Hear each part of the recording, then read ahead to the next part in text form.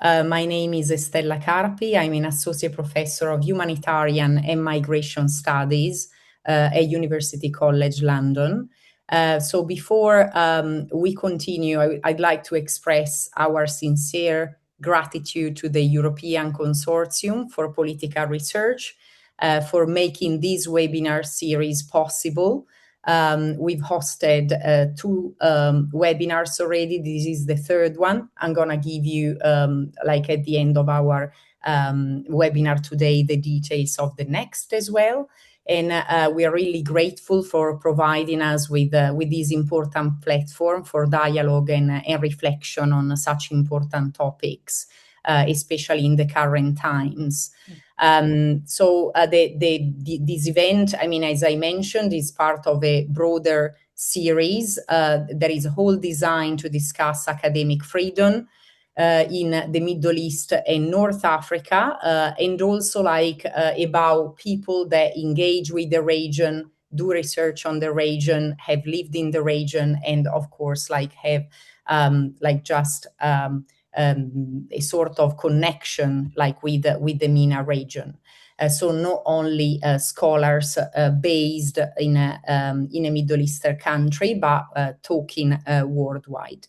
And our first session had focused on Iran specifically and the political situation, how that impinges on people's work in academia. The second discussion instead explored academic freedom about the Middle East and North Africa more widely.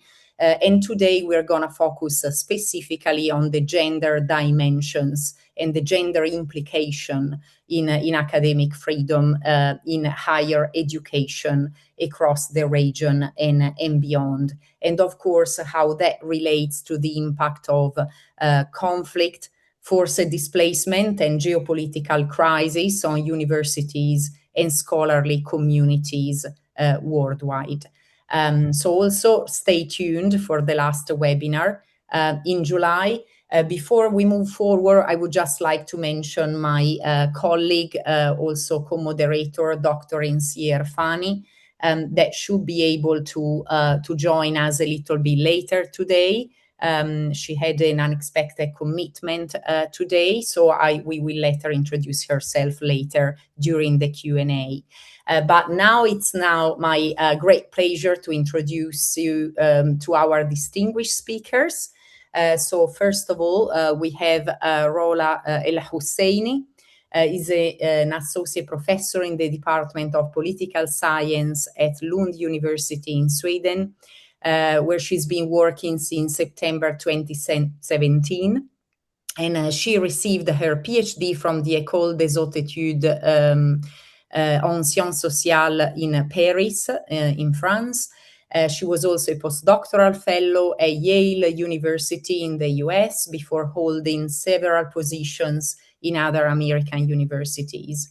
Her areas of expertise include Middle Eastern politics, civil wars in the MENA region, political Islam. She particularly looks at Shia, and gender and politics. Her first book is called Pax Syriana, Elite Politics in Post-War Lebanon, that was published with Syracuse University Press in 2012.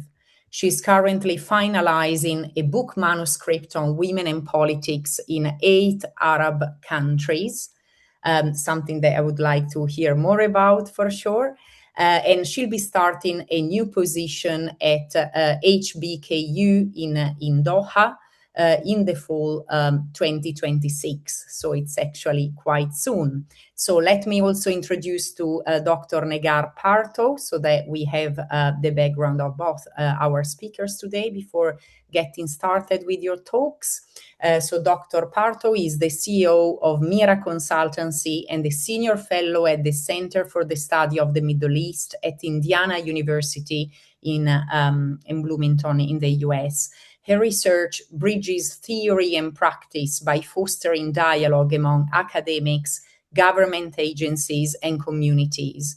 Dr. Partow's academic background in New Zealand and her expertise in global politics and international security make her work accessible to diverse audiences. In her publications, she examines the dynamics of religion, politics, and security policies in the Middle East and Southeast Asia. In the context of education, her latest publication explores how the Islamic Republic of Iran attempts to hegemonize universities through higher education policies and how students and academics resist such policies. Dr. Partow has extensive experience in research ethics and comments on gender equality and political ethics. So I'm very excited about this lineup today. And Rola, I would leave the floor to you now. So as agreed, 20-25 minutes is perfectly fine. All right. Thank you very much for this very kind introduction, Estela.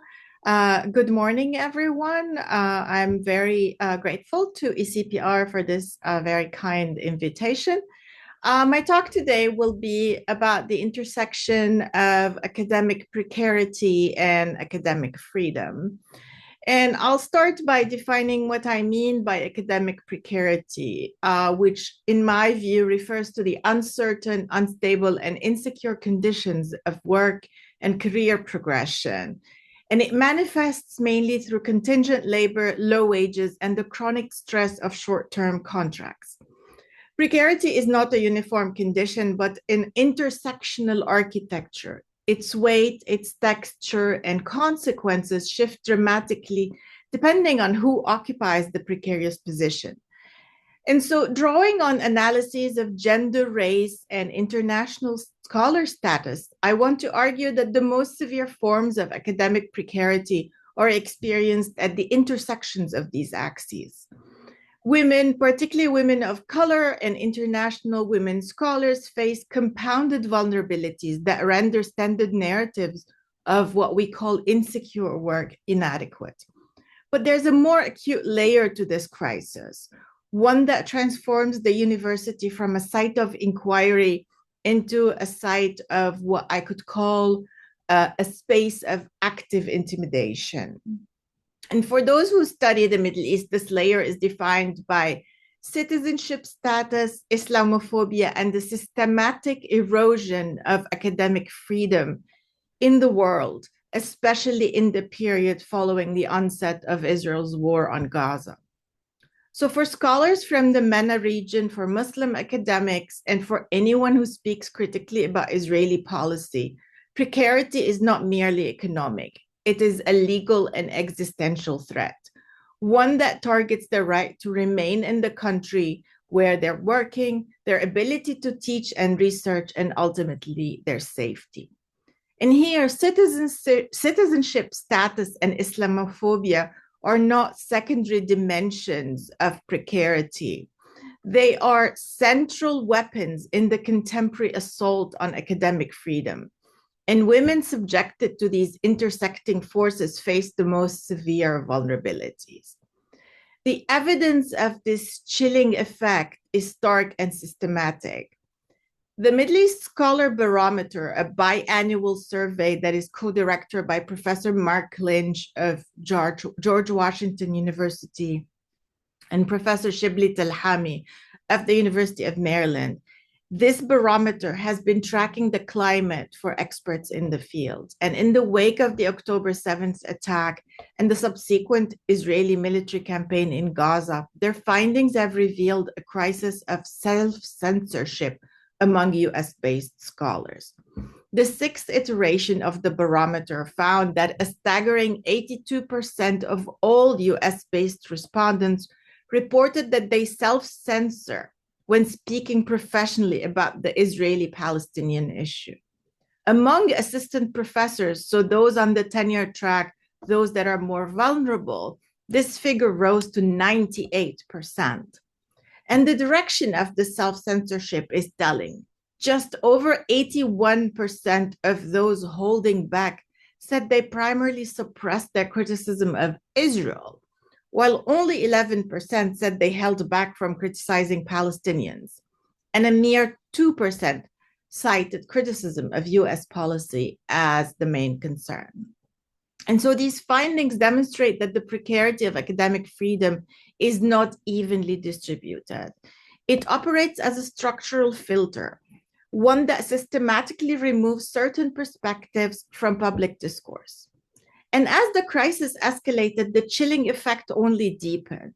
A later wave of this barometer, fielded in early 2025, found that 61% of respondents felt a greater need to self-censor after Donald Trump took office. Lynch and El-Husseini have described this as an unprecedented assault on higher education. And they noted that the Trump administration built upon practices that were put in place under the Biden administration.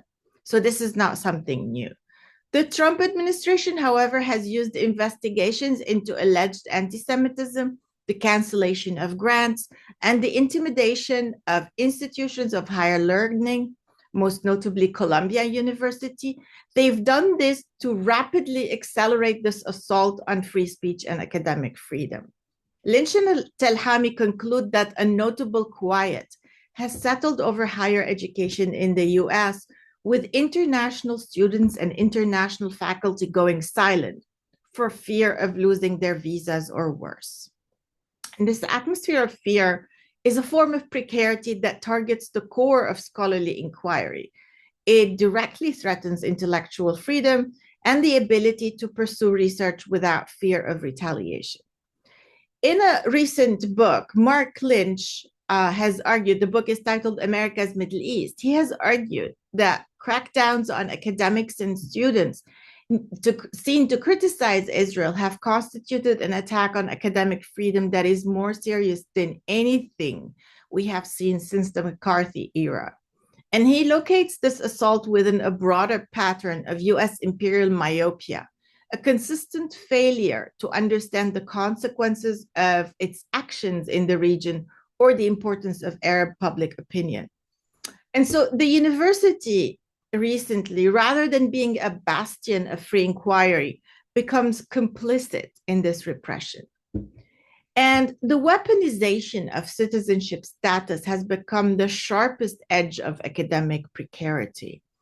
In the US, a series of executive orders issued after January 2025 have directly targeted non-citizen students and faculty who engage in pro-Palestinian advocacy. We have Executive Order 14161 titled Protecting the United States from Foreign Terrorists and Other National Security and Public Safety Threats, issued in January 2025, that declared it is US policy to protect its citizens from non-citizens who espouse hateful ideology. And under this policy, the Secretary of State was empowered to revoke the visas or green cards of individuals who express support for Palestinian rights. We also have Executive Order 14188, titled Additional Measures to Combat Anti-Semitism, which followed shortly after in February 25. It put unprecedented pressure on higher education through investigations, grant cancellations, and demands for compliance. And so we have a federal court filing in the case of AAUP, the American Association of University Professors, also with the Middle East Studies Association, MESA, v. Trump, which describes the ideological deportation policy explicitly, noting that under this policy, non-citizen students and faculty across the US have been terrified into silence. They've been avoiding political process, purging their social media, withdrawing from public engagements with groups associated with pro-Palestinian viewpoints, and even self-censoring in the classroom. And the document lists several prominent targets, including Mahmoud Khalil, Rumeisa Öztürk, and Badar Khansuri, individuals who were detained or faced visa revocation solely for protected political speech. And this is not a hypothetical threat. It is state-sanctioned coercion, and it targets first and foremost scholars from Muslim-majority countries and those of Middle Eastern origin. Unfortunately, this crisis is not confined to the US. In the United Kingdom, the British Society for Middle Eastern Studies, BRISMUS, has been actively monitoring and also defending academic freedom. Its Committee on Academic Freedom reported that the past year has been particularly busy. in large part due to the repression that staff and students in the UK have faced as they attempt to speak out about Palestine. So in August 2024, Brismus released a statement condemning the wave of repression by university administrations directed at students involved in encampments and other protests opposing Israel's war on Gaza. Brismus has also engaged in numerous cases of canceled talks and events, challenging violations of academic freedoms at institutions such as the University of Sheffield. So what unites many of these cases is a troubling understanding and application of health and safety risk assessments. And this understanding of health and safety has been used as a bureaucratic tool to curtail academic freedom and freedom of expression. In Europe, we see a parallel crackdown unfolding. The Turkish news agency Anadolu Agency issued a report titled Israel's Silent Genocide Supporters in Europe, which documents systematic pressure on students and academics at Western universities, with dismissals and disciplinary actions becoming routine. And the dismissal of an instructor at Heidelberg University for criticism of Israel's Gaza policies, for example, forms part of a pattern. The cancellation of academic events focused on Palestine provides a stark measure of the climate. So in Germany, for example, Berlin police stormed the Palestine Congress venue in April 2024, shutting off the electricity and banning the gathering. In France, Lille University canceled a scheduled conference on Palestine, citing escalating tensions between Iran and Israel. Pro-Palestinian European Parliament member Rima Hassan has had several of her planned conferences at French universities called off, with administrators claiming the events could disrupt public order. And this crackdown on pro-Palestinian speech and activism on European campus does not differ in essence from the repression students face in undemocratic settings. So university administrations in the UK, France, Germany, and other European countries have shown they do not want to protect pro-Palestinian speech under their obligations of upholding academic freedom. When I was introduced, Estella mentioned that I'm based in Sweden, so I thought I should speak a bit about Sweden.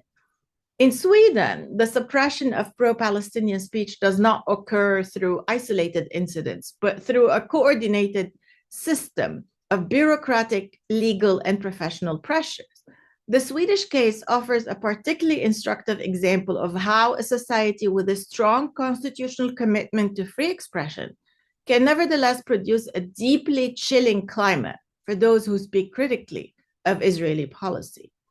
And so rather than relying on overt censorship, Swedish authorities and university administrators have deployed a range of subtle yet effective mechanisms. For example, the weaponization of immigration law, the manipulation of public order provisions, and the strategic invocation of safety concerns to curtail speech. These mechanisms fall hardest on those who are already most precarious: non-citizen scholars, Muslim women, and Palestinian researchers, whose very presence in Sweden is conditional on the approval of authorities who view their activism as a threat. So Swedish authorities have not merely failed to protect pro-Palestine speech, many have actively obstructed it. The group called Workers and Students in Swedish Academia for Palestine, known as WASAP, has been systematically documenting incidents of silencing and censorship. Their preliminary report, Silencing Palestine at Swedish Universities, found that the majority of incidents occur in official spaces for learning and teaching, including the cafeteria, the lecture hall, a professor's office, and people's inboxes. While demonstrations have been happening across Sweden since 2023, since October, censorship is most often reported as happening outside of these political events. WASAP has concluded that within Swedish universities, Palestine is not allowed on the agenda. What makes the Swedish case distinctive is the way it combines a formal commitment to academic freedom with a practical hostility to Palestine solidarity. So this systematic silencing points to what scholars have termed, quote, the Palestine exception to academic freedom. In an article published in Middle East Critique, Jairo Funes Flores, an assistant professor at Texas Tech University, reflects on his own experience of being suspended and reinstated because of his Palestine advocacy. He demonstrates how administrators, including those at his institution, knowingly violate academic freedom and free speech. And he discusses the institutional and political machinations seeking to silence dissident voices, particularly those who critique Israel and Zionist settler colonialism. He highlights the university's role in producing technologies of colonial violence used on Palestinian bodies. Funes Flores critiques the weaponization of anti-Semitism, whereby legitimate criticism of Israeli policy is conflated with anti-Jewish bigotry. It is used as a means of delegitimizing and suppressing dissent, creating a chilling effect that is particularly effective against precarious scholars who cannot risk being labeled a bigot. And a central instrument in this weaponization has been the International Holocaust Remembrance Alliance era working definition of anti-Semitism, which has been adopted in 2016. So this definition is accompanied by 11 illustrative examples, 7 of which relate specifically to criticism of Israel. And these examples have been deployed to conflate anti-Zionism and legitimate critique of Israeli policy with anti-Semitism. So the vulnerabilities multiplied dramatically at the intersection of citizenship status and Islamophobia. For Middle Eastern and Muslim scholars, airports are sites of open Islamophobia and xenophobia, while higher education institutions are what one study has termed camouflage sites of Islamophobia and xenophobia. Muslim women wearing the hijab or those with a heavy accent face more microaggressions and xenophobia in academic clinical settings, as documented in a study of Arab women international medical graduates in US academia.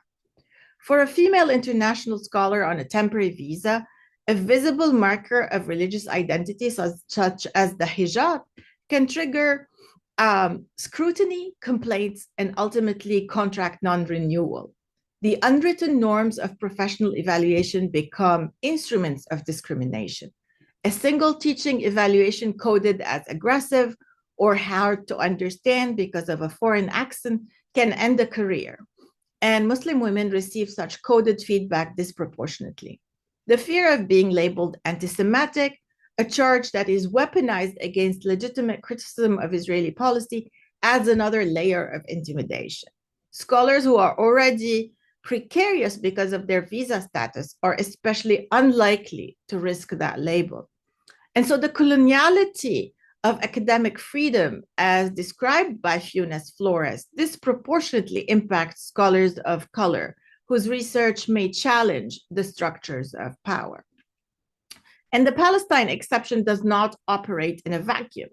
It intersects with the gendered and racialized precarity that it has been already detailed, meaning that a female international scholar of Palestinian or Middle Eastern origin is at the most acute risk of being silenced, sanctioned, or deported. So women indeed face and experience this interconnected precarity more acutely than men for several structural reasons. First, the overrepresentation of women in contingent roles globally means that women are more likely to hold the most precarious positions. And when citizenship status and Islamophobia are added, this baseline vulnerability is amplified. A female Muslim international scholar on a short-term contract has no margin of error. She cannot risk speaking critically because her visa renewal depends on the approval of senior colleagues who may hold strong views on the Middle East. Second, we have the motherhood penalty, which intersects with visa-bound precarity in uniquely punishing ways. In the US, for example, a pregnant international scholar on a J1 or H1B visa may have no paid leave, no health insurance for prenatal care, and no job protection. She can be non-renewed for taking a semester off, and if she loses her position, she loses her legal right to remain in the country. So gendered also caregiving responsibilities, already a burden, become a constant threat to visa status. A child's illness that requires missing work can trigger a cascade of non-renewal and deportation. Third, Muslim women who wear the hijab or have visible markers of religious identity face double discrimination. They are hyper visible as Muslim, making them targets for harassment, but they're also invisible as scholars, with their work dismissed as biased or as political. That has happened to me in the US. The psychological toll, documented as higher rates of imposter syndrome and depression among women in precarious roles, is compounded by the specific fear of deportation. Unlike a domestic precarious worker who can fall back on family or public assistance, an international scholar has no safety net. The return or perish instead of publish or perish, this pressure to return or perish is gendered because women are socialized, not to cause trouble. In addition, they face the added burden of being seen as failures by families who might have sacrificed for their education. So to conclude, the assault on academic freedom in Middle East studies especially is not a separate issue from the precarity of contingent labor. They are two faces of the same systematic logic, the transfer of risk from the institution onto the individual scholar. And this is the main problem in the neoliberal university. The university, once a space for the free exchange of ideas, has become a site of intense pressure and self-censorship. The data from the Arab Barometer reveals a region where public support for the Palestinian cause is overwhelming, with over 92% of citizens surveyed in Arab countries believing that the Palestinian question concerns all Arabs, and 89% opposing recognition of Israel. Yet, in Western universities, all scholars, but especially Arab and Muslim scholars, are afraid to voice even well-evidenced criticisms of Israeli policy. The result is a profound disconnect, where academic discourse is not only out of step with public opinion, but is actively being impoverished by fear. So to address academic precarity is to defend academic freedom. To defend academic freedom is to recognize that the most threatened voices are those who speak truth to power, especially about Palestine, and that their vulnerability is compounded by every other axis of inequality. A truly just and equitable academy must be one where a scholar can research and teach about the Middle East, including the question of Palestine and Gaza, without fear of losing their livelihood, their visa, or their liberty. Thank you very much for listening. Thank you so much, Rola, for this overview, like dramatic overview, I would say, but also like very incisive and clear. So I would immediately leave the floor to Negar before we get to the Q&A. So like, please keep your burning questions, like to everyone. And yeah, so the floor is yours, Negar.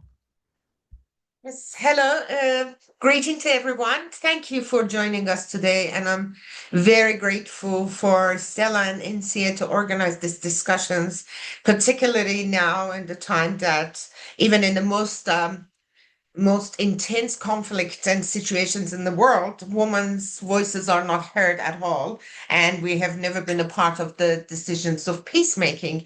Now, I also thought that it is a great combination between Rola and I, because Rola talked about all these discriminations and the issues that women facing in the West, especially Muslim women and practicing women who are in the West. But I would like to look at the other side of the coin.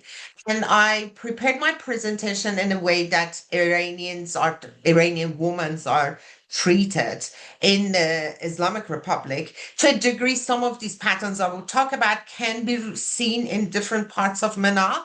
But I thought that it is important to look at Iran as a particularly strong case that has embedded these issues of gender equality and has created an institutionalized form of gender equality in and academic freedom.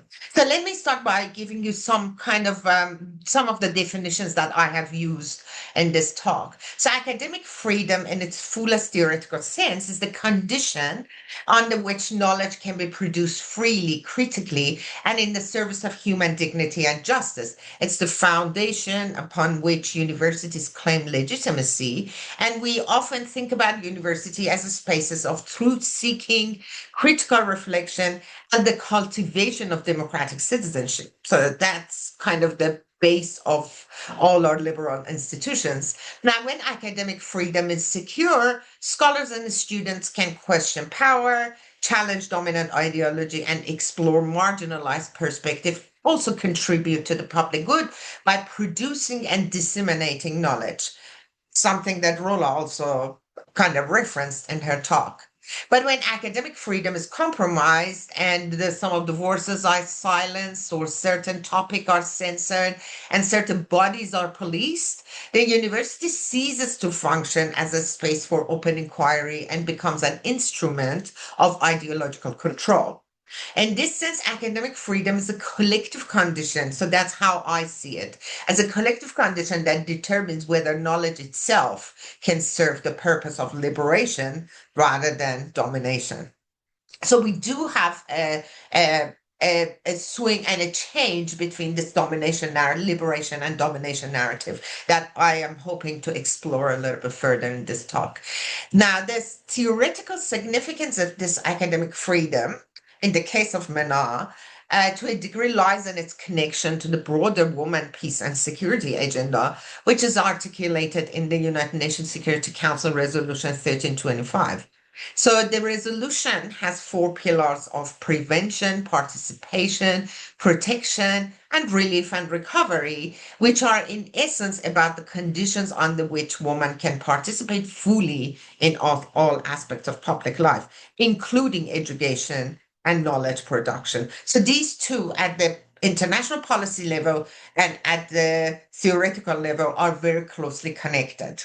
Now, when women are excluded from this tertiary education or are limited to a lot of, to an extent, and when their bodies are policed, when their dissents are punished, the university ceases to be a space of open inquiry. So this is not only the violation of women's rights, it's also the threat to the possibility of durable peace and security, because peace cannot be built when, of course, half of the population is denied the right to participate fully in intellectual and public life. Academic freedom in this context is the ground on which gender equality and peace both rest.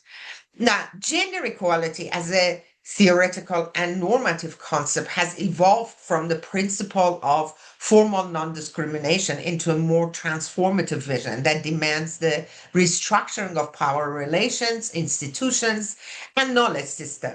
Now, in classical liberal theory, which universities are often function under, gender equality was often understood as equal access to rights and opportunities. So women entered the same spaces as men, studying the same subject and occupying the same positions. Feminist theories, however, has deepened this understanding by showing that equality is not only about access, but about the condition under which access is granted. So feminists have asked whether women and gender diverse people can participate without being subjected to bodily control, moral policing, or epistemic marginalization. From this perspective, gender equality is not only the absence of legal barriers, but the presence of structured conditions that allow all people to exercise their full intellectual, political, and bodily autonomy. And I think it is from this perspective that I can see a lot of this gender discriminations playing across MENA in all universities. Now, let's look at Iran particularly. In Iran, academic freedom is gendered in ways that reveal how deeply the right to inquiry is bound to the right to bodily autonomy and public life. So women and gender diverse scholars and students face field-specific enrollment bans, campus segregation, or compulsory hijab enforcement, and each of them can lead to expulsion or imprisonment, and the securitization of campus that punishes female students and their political visibility. So Rola was talking about how discrimination impact people's life and scholars' life in the United States.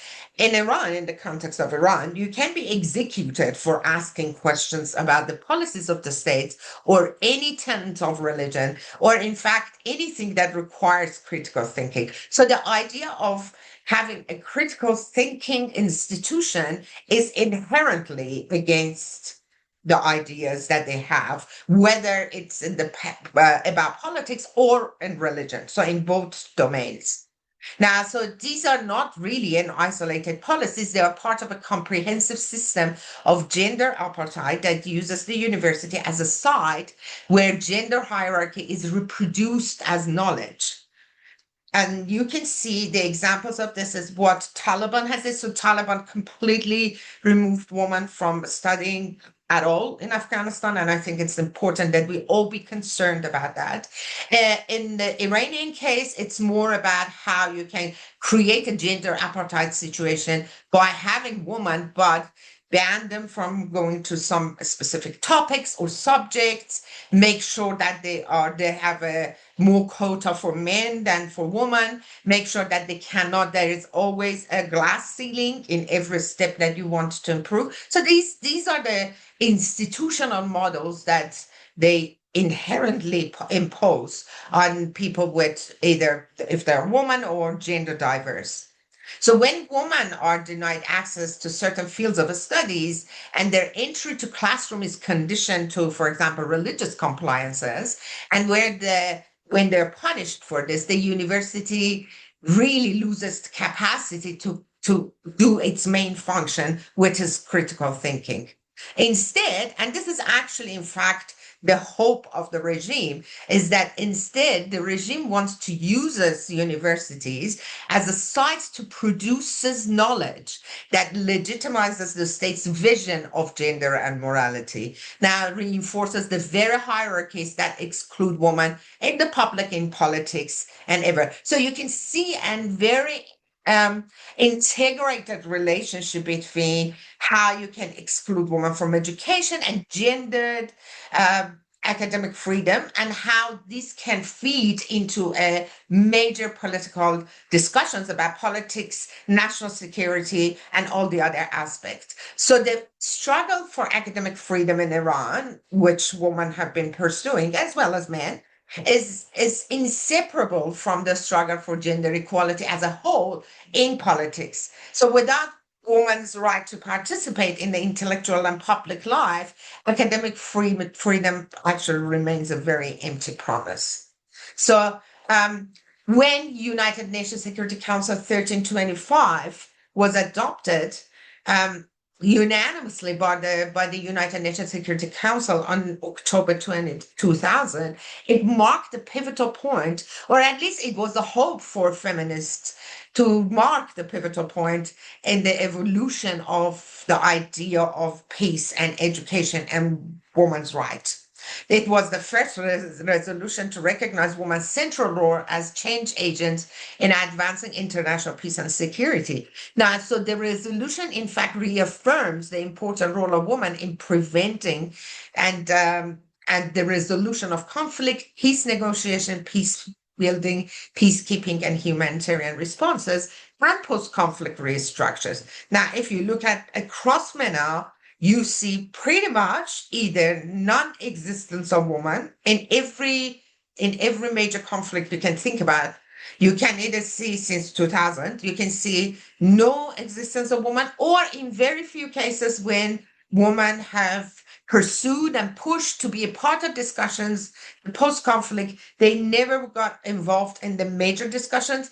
Sometimes they had, like in the case of Syria, they had a couple of meetings on the side of the United Nations Security Council meetings just to hear what women say, but not actually involving them in the process. And this is a repeatable pattern that you can see in tertiary education as well.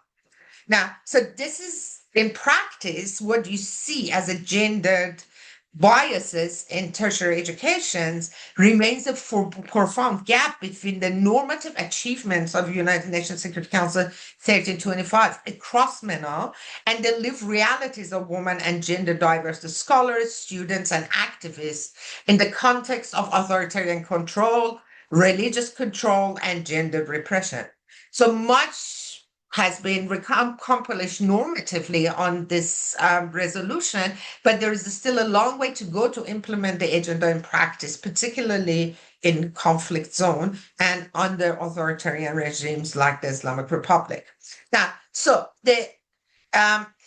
in much of the Middle East, states have instrumentalized religion as a mechanism of political control to transform religious doctrines into a tool for the subjugation of women or the hierarchical structures that they build in a society and the regulations of the bodies, the spaces, and even intellectual participation. This process is about embedding gender hierarchy into the very architecture of law, education, and public life. So religious norms are reinterpreted and codified by state authority to justify restrictions on women's access to education or to employment, mobility, and political participation. In Iran, for example, compulsory hijab is framed as a religious obligation, but it actually reinforces a political act that serves to discipline women's bodies to mark them as subject of a state authority. The same logic extends to universities where religious doctrines become the basis for curricular restrictions, field-specific ban on women's enrollment, segregations of classrooms and facilities and laboratories, and the rest. So, in fact, religion in the context of gendered academic freedom becomes a state ideology that legitimizes gender inequality as divine order. So universities plays a central role in this institutionalization of these sexist policies and transforming them from informal practices to formal forcible rules. So for example, in Iran, the Science and Technology Ministry publishes an annual manual that sets the term to access to higher education. This document every year bans women in 77 fields across 36 public universities. So this is an institutionalized policies that shapes who can study what, and by extension, which professions women can enter. So, for example, women cannot be judges because according to interpretation of religion that the state has, women do not, their testimony doesn't meet the same weight of men, so they can't be judges. They can't be the jurisprudential leader because a jurisprudential leader religiously has to be a man. By extension, they cannot be a very important members of the Expediency Council or any other council because they are women and their testimonies are not really as valued as men. And all of these all of these ideologies are institutionalized in the process of excluding women from all of the other. So you can go and study law, but you cannot actually be a judge. You can remain a lawyer. Most of the time, a lawyer, they can be compromised in many of the cases because the judges don't listen to you and your testimonies are not accepted. So in fact, a lot of cases that we see, it starts from this gender of academic freedom. And of course, in the case of Afghanistan, for example, you practically exclude women from even being a doctor, and then you ban women in the society to use doctors who are male. So you're practically cutting women from access to health and healthcare. So the consequences of this institutionalization is that sexism becomes a part of the university's epistemic structure. So they are when they are becomes culturally, and instead, it produces knowledge that legitimizes the state's vision of morality and reinforces the hierarchies.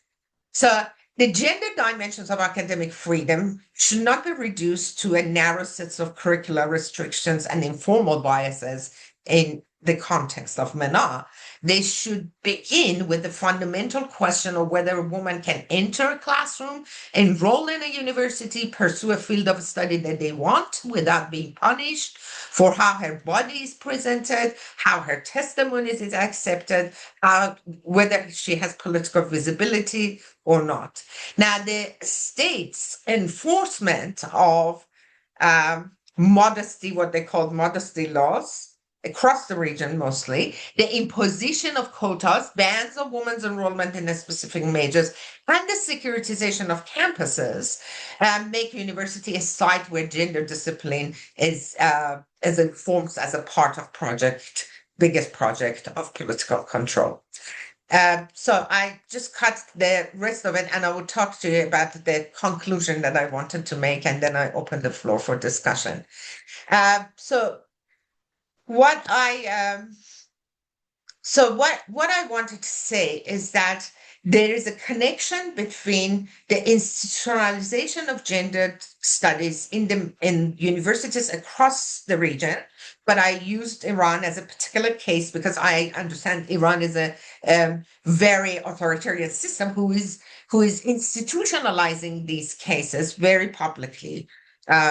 So whether it is the compulsory hijab law, whether it is banning most discussions, or banning women from institution, in the context, it is a part of the institutionalization of gender hierarchy. Now, restoring freedom, and that's my last point, in the context like Iran, requires more than a symbolic commitment. It demands a concrete changes that address the material and the structural conditions that make academic freedom impossible for women and gender diverse people. This includes removing field-specific bans on women's enrollment, abolishing compulsory rules of clothing, hijab particularly, enforcement on campuses, ending the securitization and the political punishment of female students, and restoring curricular diversity that includes fields such as gender studies, human rights, and social movement. It also requires recognizing that academic freedom is not a neutral right, but a gendered one. The experience of academic restriction is not the same for all scholars, but it is shaped by the complex interplay of gender, ethnicity, religious, politics, and class all across the region. Only when these conditions are met can universities become what is out to be, which is a space where knowledge is produced freely and women not gate-kept by their bodies or where the piece is built, or by undermining them as equal citizens to others. So thank you very much for this opportunity, and thank you for giving me the option, and I open the floor for discussion. Thank you. Thank you, Negar. Thank you so much for this very rich presentation, and also for mentioning the tokenism of some measures. I mean, not just the institutional and normative impediments. So I do have a few questions myself, but let's see if anyone else has a burning question, or I can let you think a little bit more about it. So, okay, I will take advantage of my own role. So very glad to do that. So my first question is to Negar specifically, because I was very interested in the potential legacies of these repressive measures and atmosphere in general on the different sectors that you work across. So building a little bit on your hybrid background and seeing how like academia sort of interacts with other sectors on that. Yeah, I give you an example of a project I have been working on, and that is so we looked at some you know that Middle East has a lot of water issues. So I have been working with some of my very good colleagues who are female engineers, Iranian female engineers, and they are doctors and associate professors in different universities in the West. and they have been talking about how we can reduce the conflict that are based on water. In order for you to be able to do that, you have to have a very good system of water management. And United Nations has recognized that water management in the case of urban and also household is particularly in the hands of women, because it's the woman who know how they use power, how they use it for domestic purposes, and the other parts. So we needed to look at we know that there are engineers, we know that there are water engineers in Pakistan, we know that there are water engineers in Afghanistan who are female, and we wanted to be able to interview them and see what kind of role is. So in the case of Iran, we found out that this is the relationship between education and policy. So they get educated, they get a PhD in water management, then they go and start working. They work as a junior policy officer or junior policy analyst. They never go up. So there's a ceiling. So their male counterparts get educated and then they go up and they become the head of this and head of that, but they never do.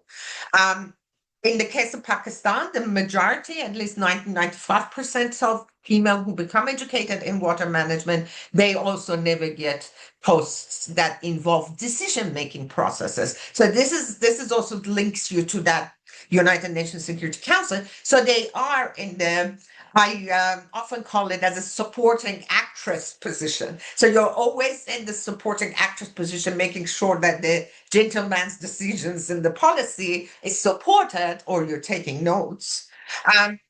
But I think in the process of decision making, they get blocked completely. So in practice also, and in Afghanistan, of course, we had a number of female engineers who worked in the water sectors, but they were all excluded and they were not even allowed to work after the Taliban regained Afghanistan. So you can see that it is. So now we have a conflict that was erupting over water between Afghanistan, Iran, and Pakistan. We know the solution is actually understanding how women control water, use water, how they manage the household, but we can't use these policies to talk to women because your access is restricted, and they would never, even if you talk, your voices and your research never becomes a part of the policy decision making. So I think that's the actual practical consequences of that.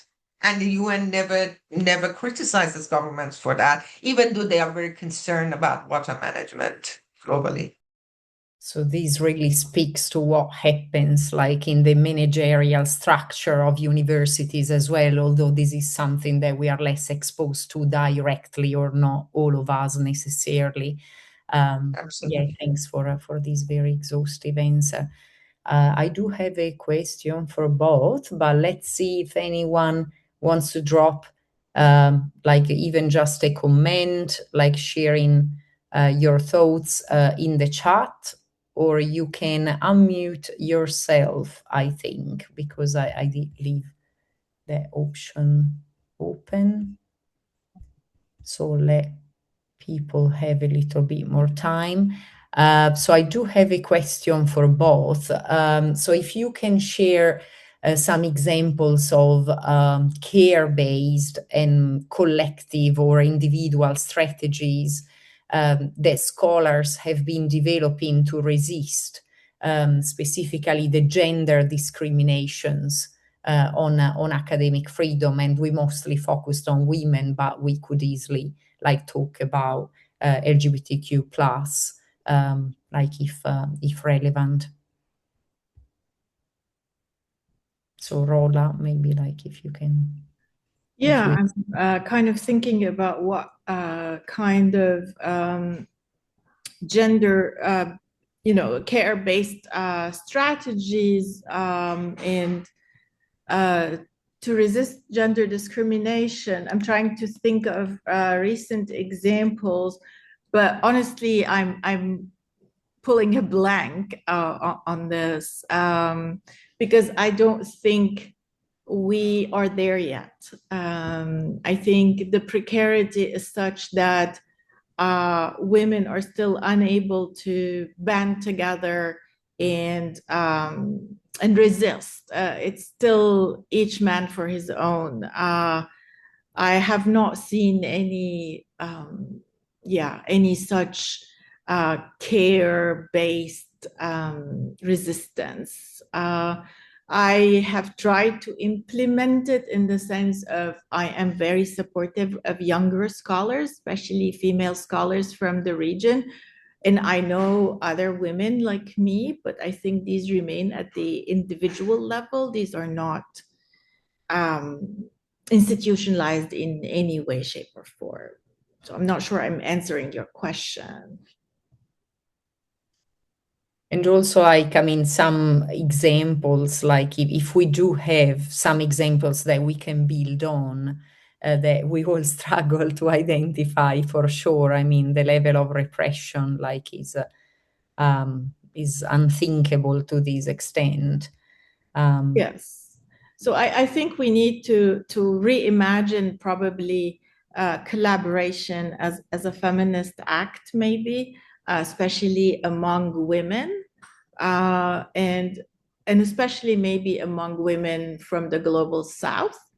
And again, the issue of mentorship, mentoring young scholars who are rising up. I think it's important for people who have been out for a long time to be there for them. I know I would have wanted such mentorship when I was fresh out of graduate school.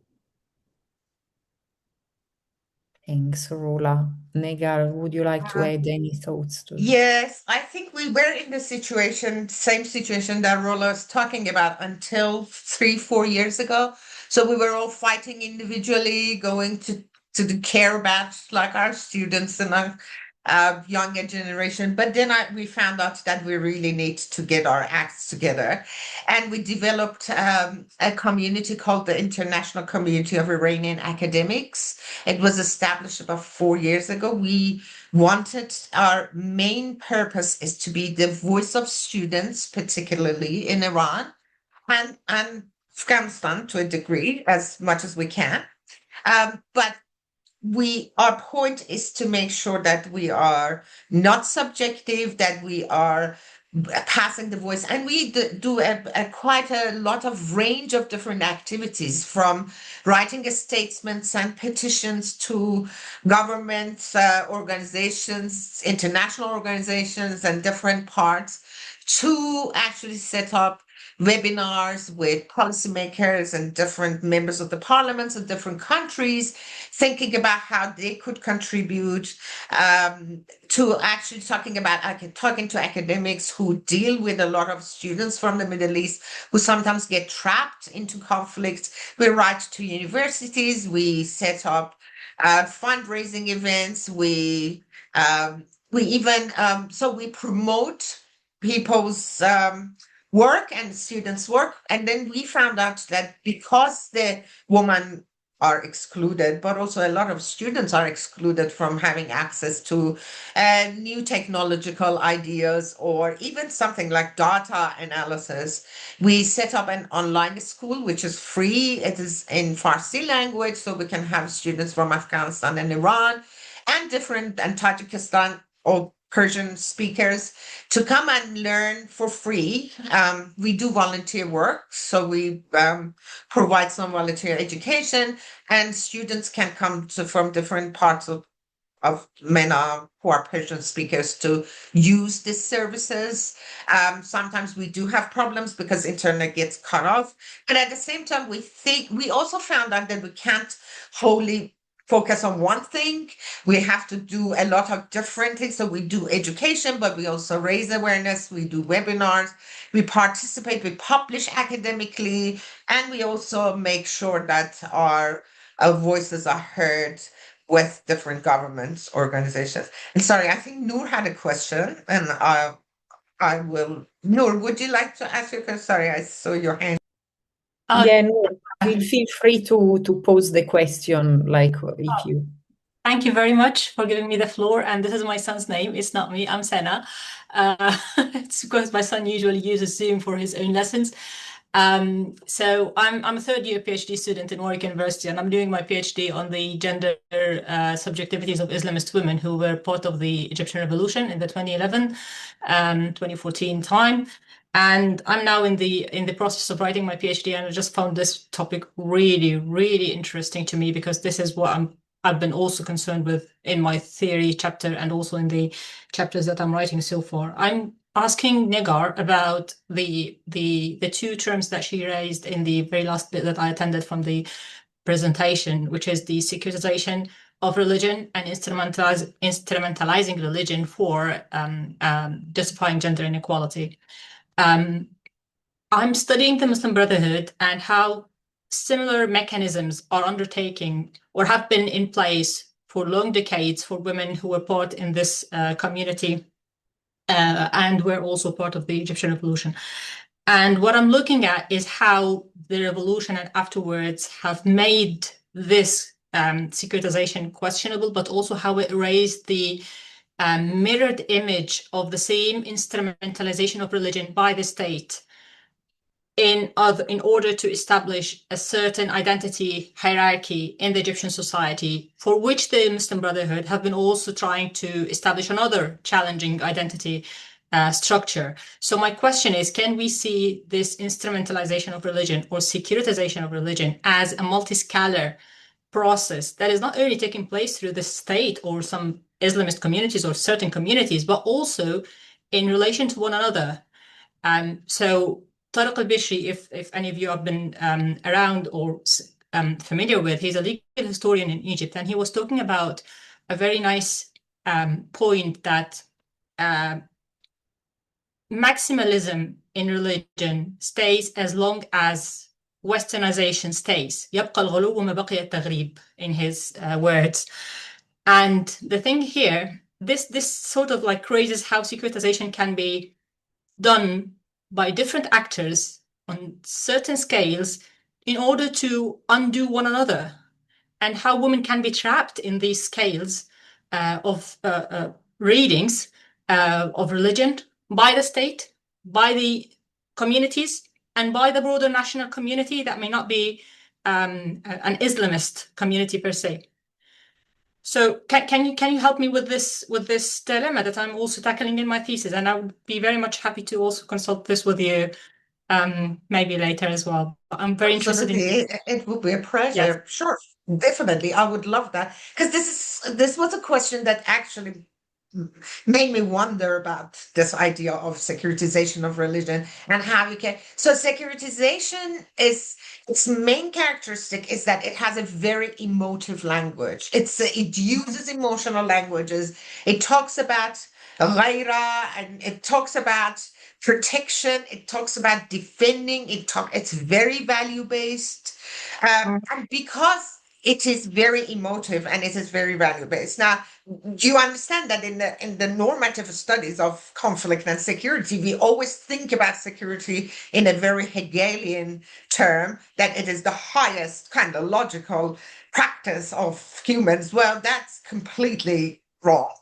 So we understand that the language is very emotive. You will not go to sacrifice your life and be a killed person or a martyr or a shaheed if your emotions are not very much involved. And because it is emotive, it does have the capacity to work intersectionality. So it means that not only it gives the state the opportunity to say, this is what a good citizen is versus a bad citizen. So it creates a moral value around this emotive language. It also gives communities like the Muslim Brotherhood, who are very closely connected. I mean, Khomeini was fascinated by what's the milestone. So he was very fascinated by the writing because it kind of resonated across denominations. Yes, so it works across denomination, it works across different sectors, but it also allows communities, because it mirrors some of the values that they have. They might not even be able to match every single value, but the idea of protection, the idea of sacrifice, the idea of altruism, all of these emotive language that is embedded in securitization discourse, it allows that intersectionality to operate, even if you do not agree necessarily with the ideological position. The emotive language mobilizes the masses. So it means that it allows a lot of people to get attracted to this language, even if you're not particularly, for example, you're religious. You understand that idea of protection and values and sunnah and the tradition. So there's always so we constantly talk about preserving tradition. None of these groups or the states actually tell you what is the benefit or the importance of tradition. So we don't learn that it is important that we have to hold on to those values. And I think those there are also other aspects, but I'm not going to use a lot of the time. We can talk off the records and off this program. But I think that that's one of the main characteristics, that it resonates with some of the values, and it is very emotive. So Thank you. Definitely a very relevant question. Like I would like to know more even about the other geographies, like on which like we have experienced academic freedom. Something that I would like to ask while I wait for other questions, it's actually like a question to both of you, is about the role of nationality in all of these. The extent to which national belonging really matters in these experiences, and how can that contribute to sort of like building similarities, commonalities across the different experiences of repression in academic freedom. So we talked like specifically about the Iranian and the Palestinian issue, but of course, like some broader considerations on the role of nationality would be very interesting to me. So if either Rola or Negar wants to start. I can start here. I think I alluded to some of this when I talked about issues of citizenship, and what your citizenship status does for you or not when you are, especially in the global north, coming from that part of the world. I think this is the issue that I'm trying to kind of discuss, the intersectionality of that citizenship status with your gender as a woman is a big issue, especially if you're a Muslim woman with physically visible religious signs, if you wear the hijab, or in some cases, if you look, visibly foreign, visibly non-Western, that can play a role in how you are perceived, how much you are respected as a scholar, even. Is your visibility a good thing? And in some cases it can be. It can give you additional credentials. And in some cases it can play against you, depending on whether the receiving people want to tokenize you or not. Because this is another issue, is that Muslim women and in general, non-Western women in the West are often tokenized. Racialized women, let's say, are often tokenized. And I think this is the main problem here. But yeah, I'm not sure if I, again, answered your question here, but I would not talk about nationality or nationalism, but more of citizenship status, and how that affects your precarity when you are part of academia.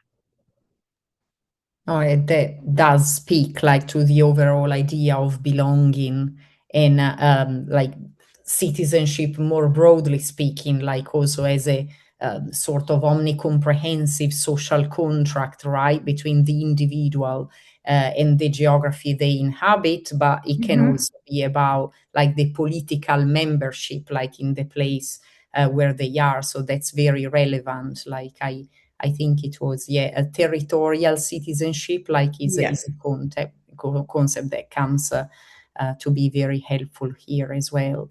And Negar, if you wanted to add any consideration. So let me kind of borrow Michelle Um's discussions of constructivism. A lot of this language of belonging, nationality, which nationality you belong to, are quite constructed. So we think about these concepts and in our, especially in policy discourse, on a static issues that never change. And your loyalty then goes to that particular status that you have. But in reality, that is not the case. So you can have two nationalities, two citizenship, as Rola says, and still be loyal to both. And you can have one nationality and be not loyal to it at all. You can be loyal to your religious motivation more than anything, to ideological positions, to even social justice. Like there's so many different concepts that we think about. So I don't think about nationality as a static. I think nationality is something that we create in our narratives. So each one of us could be born 500 kilometers on the other side and we would be something else. So it's not chosen. And I think that needs to be included in the discussions of migration, belonging, and the whole way of discrimination. So we need to think about it in a different way, in a much more of a layered way that we develop around our identity. Now, this could make sense in 19th centuries. Like a lot of these normative studies we inherited them from 19th centuries and 18th centuries, when these ideas were somehow static, because we couldn't move. Our mobility was very constrained by technology. Now we can't. We are very mobile and quite transnational and transborders in that sense. But also now we have a technology that allows you to be a part of a much more greater community. And I believe that, so this is my new hypothesis, that we are moving from those ideas of belonging in those contexts into a value-based security order in the world. So you are not necessarily joined by the geographical borders you were born in or the geographical borders you are living, but actually to the values that you inherit. So as you see, even the language of international organizations such as the United Nations is changing to values of participation, development, and the rest. And this is a major shift that academic institutions often ignore, that we are now no longer thinking about belonging as the way our ancestors thought about it. We are in a different world. Even like we can have friends that we've never met in our lives, but they're still very close friends, and you might actually explore. So our understanding of privacy, friendship, belonging is moving, to me, from being a geographical based to more of a value based. Yes, but I'm working on it. So this is a work in progress. No, and value-based, like, is also like the sort of polarization, right? Like that we've been witnessing like over the last few years. And I think, I mean, this is really paramount because it's gonna determine the extent to which our response to repression can really be global, like as they often label these processes that are way more culturally monolithical, right? Than anything else. So is there any other question? Even if you can raise the hand, I didn't find the tool myself. You can still drop your question in the chat or just unmute yourself. I do have another question. Otherwise, there is quite practical to address or to partially address these. It's not really a solution.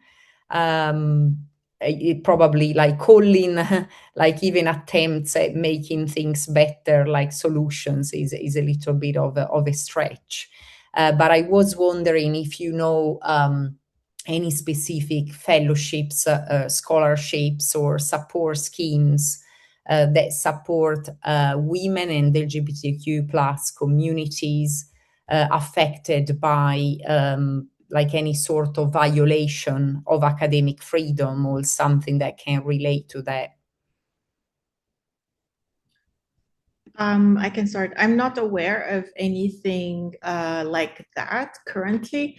I know that there are programs like Scholars at Risk for people from the MENA region, but this is not targeted at women, or not so much at academic freedom, but in general at the possibility of doing your own work.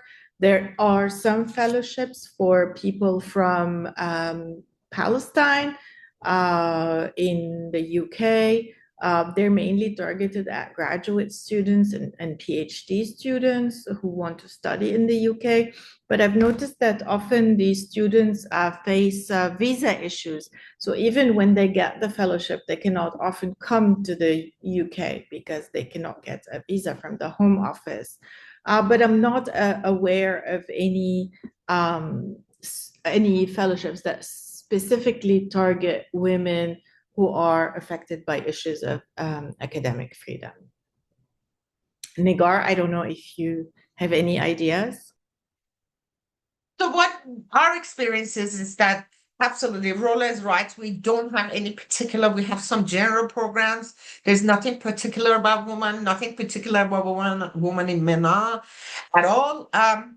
But what we have found out is that we started writing to universities individually and asked them to be considerate of the processes. They can't do anything about visas, so visa remains a mystery and an issue, a constant issue.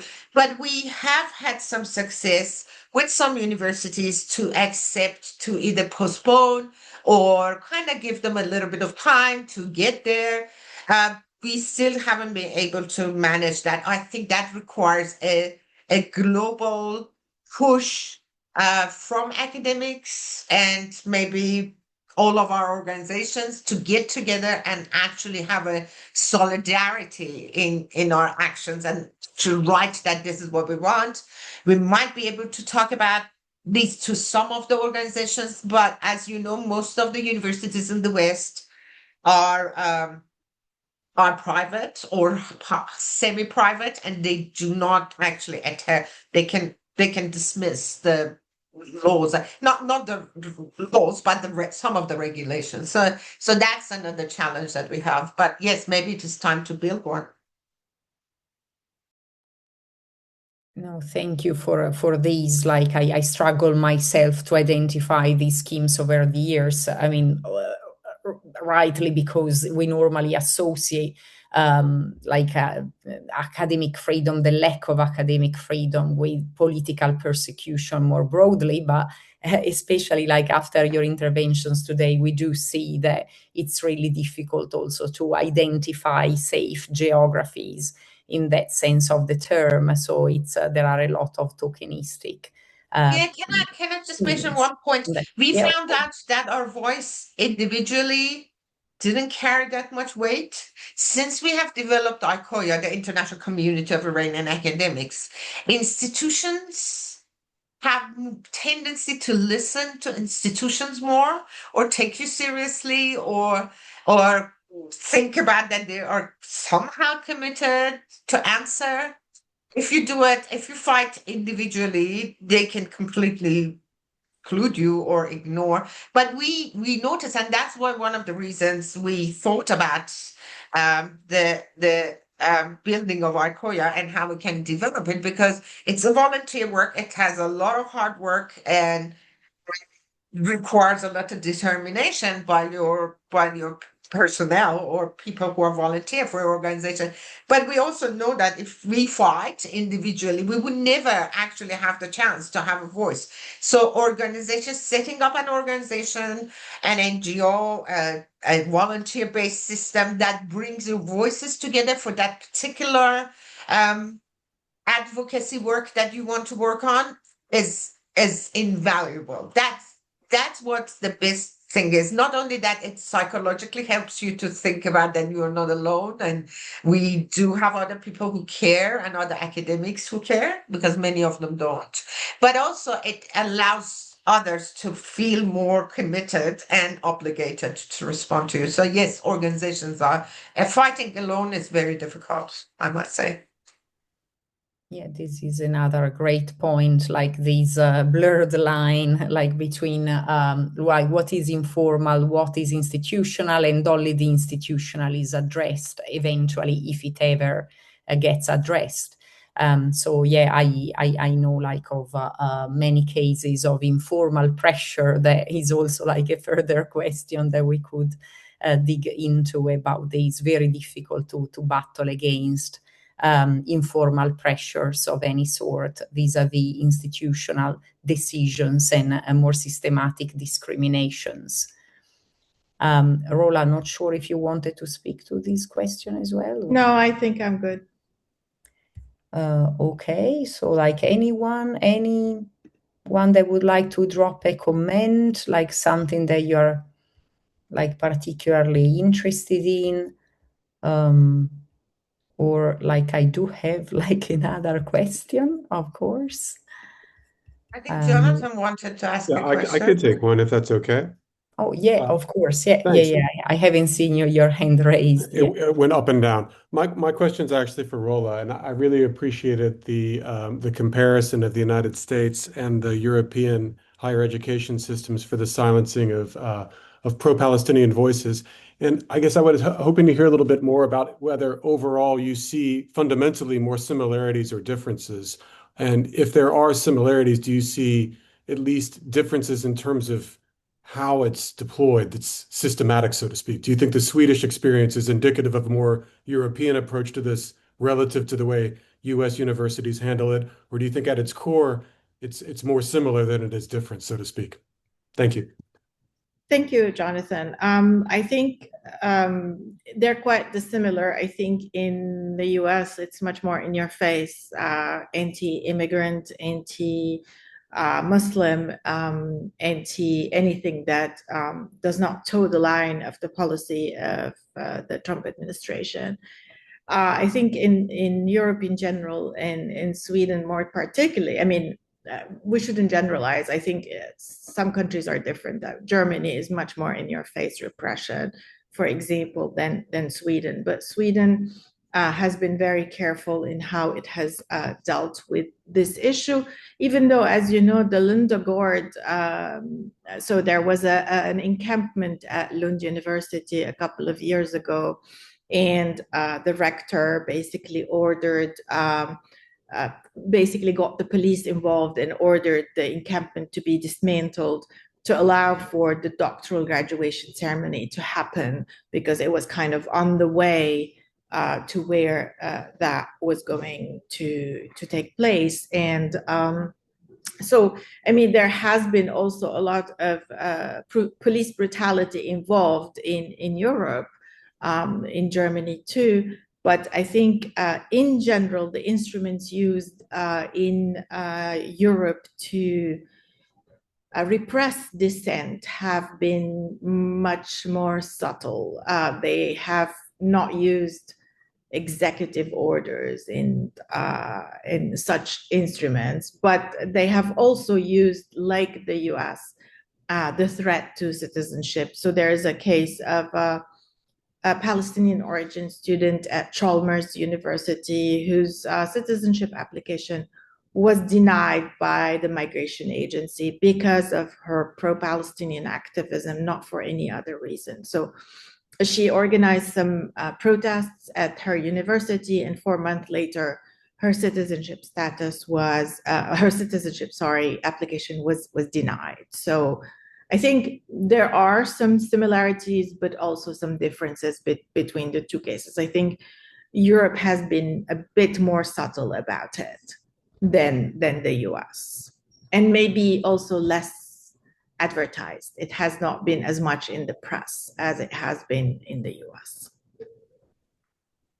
Thank you.